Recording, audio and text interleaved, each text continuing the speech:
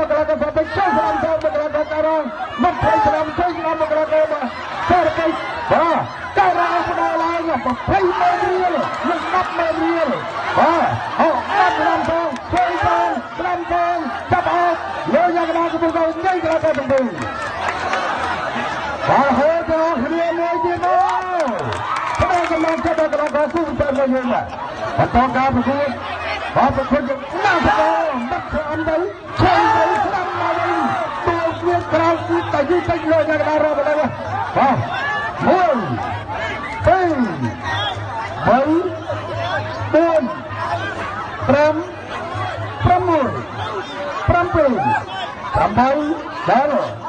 ដល់មកដល់ព្រមព្រៀប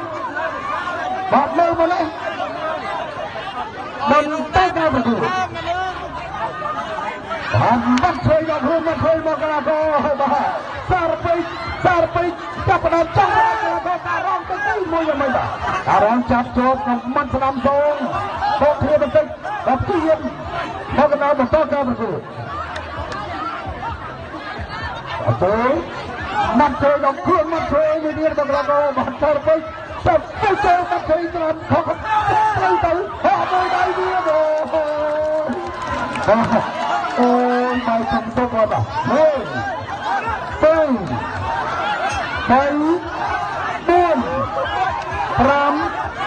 6 អូហូយណូមិនទៅទៀតទេលោកយ៉ាងណាអូ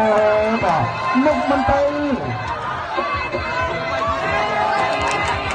បាទឥឡូវបានសប្បុរសជនបានឧបត្ថម្ភដល់កីឡាករគូនេះក្រុមម្នាក់2ម៉ឺនរៀលបន្ថែមទៀតបាទបងកូនភៀវកីឡាករហោសារពេចជាអ្នកទទួលជ័យជំនះដែលផ្ដួលដល់កីឡាករកាក់រងឲ្យតបតឹងការប្រកួតនៅក្នុងទឹកទី1